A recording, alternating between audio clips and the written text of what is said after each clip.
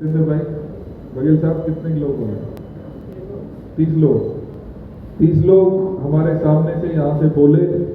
बहुत अच्छे सुझाव, बहुत अच्छी बातें आप सभी ने शेयर की, उसके लिए बहुत बहुत धन्यवाद। और विशेष धन्यवाद मंच के इस तरफ बैठे हमारे साथियों का, क्योंकि इन्होंने भी बड़ी धैर्यता के साथ आपकी बात सुनी है। इनको रोकना मंच के इधर, उसमें मैं भी हूँ, रोकना बहुत मुश्किल हो जाता है। और हमारे बहुत सारे साथी कह रहे थे कि मेरा भी सुझाव है। मैंने कहा भैया आज सुझाव जो है अपने पास रखो या मुझे लिख के दे दो।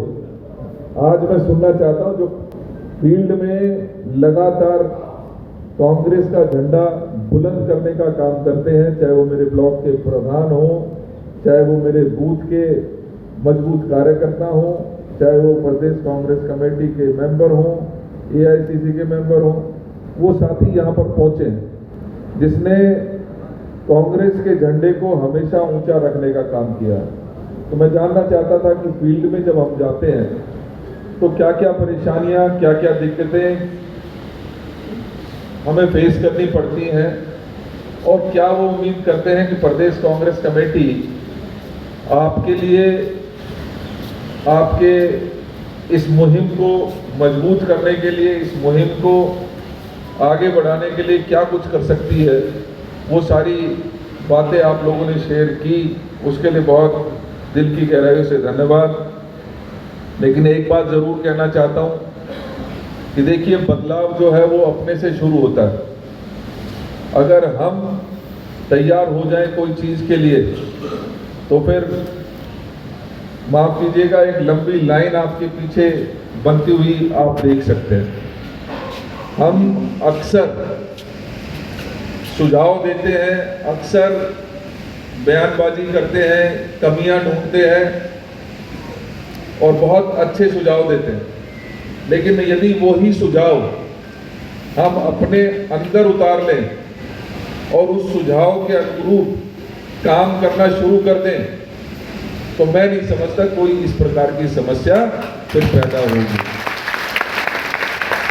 लिहाजा आज हम यहाँ से ये प्रण लेके जाएं कि मुझे इंतजार नहीं करना कि कोई दूसरा साथी वो काम करे जो आपको लगता है कि संगठन की मजबूती के लिए बेहतर हो सकता है, जो ये जिनको ये लगे कि ये मेरी कांग्रेस पार्टी को मजबूत करने के लिए ये एक बेहतर सुझाव है, उसको अपने आप इम्प्लीमेंट करना शुरू कर दे तो निश्चित ही एक लंबी लाइन लगेगी और सब उस मुहिम में आपके साथ जुड़ते नजर आएंगे।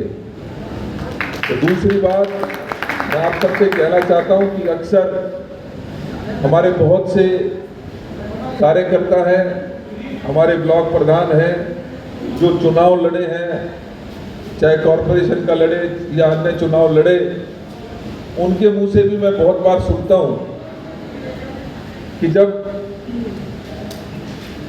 प्रदेश में कोई प्रोग्राम होता है, जब कोई बड़ा फंक्शन होता है, जब नए चुनाव आते हैं तो साहब आप हमें भूल जाते हो, हमें याद नहीं रखते, हमें इज्जत और सम्मान नहीं मिलता।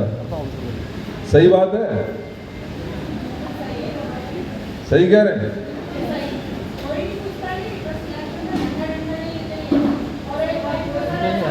भाई रीटा जी को इस बात की तकलीफ है, मेरे ख्याल से और किसी को नहीं है, सब कुछ है ना। नहीं नहीं नहीं, नहीं ऐसा नहीं है।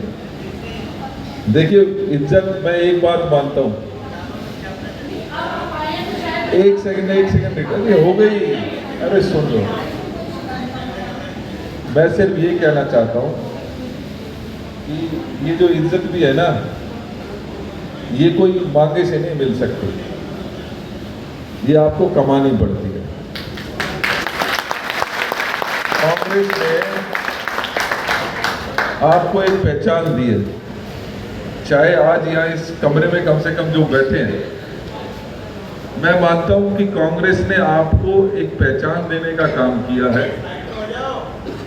अब उसके आगे इज्जत कमाना वो आपके अपने हाथ में है।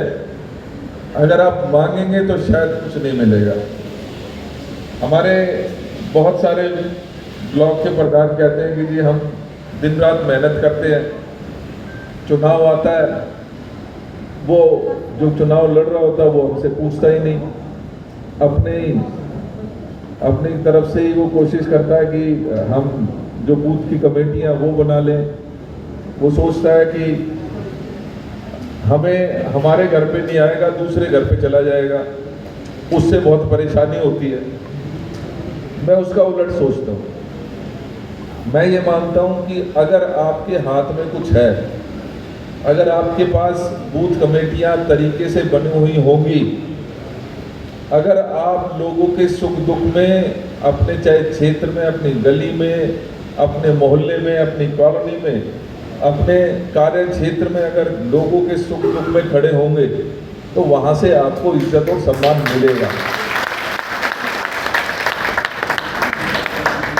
और जो चुनाव लड़ता है उसे और कुछ नहीं चाहिए, उसे ये समझ में आना चाहिए कि जगदीश जैन जी इस क्षेत्र में वो सामाजिक कार्यकर्ता, कांग्रेस के मजबूत साथी हैं जो लोगों के दुखों में, परेशानियों में खड़े होते हैं और उनके पास हर बूथ पर एक ना एक आदमी मिल जाएगा। तो कोई हिम्मत नहीं कर सकता कि वो जगदीश जैन के पास ना जाए। ये आपके अपने हाथ में है कि आपने कितना काम किया। अगर काम किया होगा तो वो नजरअंदाज नहीं किया जा सकता। मेरा आप सबसे ये कहना है, और मैं मानता हूं कि आप लोग सब जो यहाँ हैं, खास तौर पे ये बात अलग है, हर एक की आदमी की अपनी अपनी कैपेसिटी होती है, अपनी प्रायोरिटीज भी होती हैं, लेकिन कहीं ना कहीं आपके दिल में कांग्रेस बसती है। और वही कारण है कि तमाम विपरीत परिस्थितियों के बावजूद पिछले 10 साल में आप लोग सरकार में नहीं हैं, लोग बाग बहुत आपसे उम्मीद करते हैं, आपका दरवाजा भी खटखटाने का काम करते हैं, लेकिन कई बार आप असहाय महसूस करते हैं, क्योंकि दिल्ली में हमारे पास विधायक नहीं है, दिल्ली में हमारे पास लोकसभा के सांसद नहीं है, दिल्ली में हमारे पास कॉरपोरेशन के मेंबर भी मात्र अब 9 बचे हैं। तो हमने अपनी जमीन खोई है, लेकिन उसके बावजूद अगर इतनी बड़ी तादाद में एक मैसेज पर आप लोग यहाँ पहुँचे हैं तो ये अपने आप में दर्शाता है कि हम यहाँ पर मजबूत हैं और आने वाले समय में और मजबूत होने जा रहे हैं। एक बात समझ लीजिए दोस्तों, आज जितनी ताकत है उससे हम सरकार नहीं बना सकते, ये तय कि नहीं है।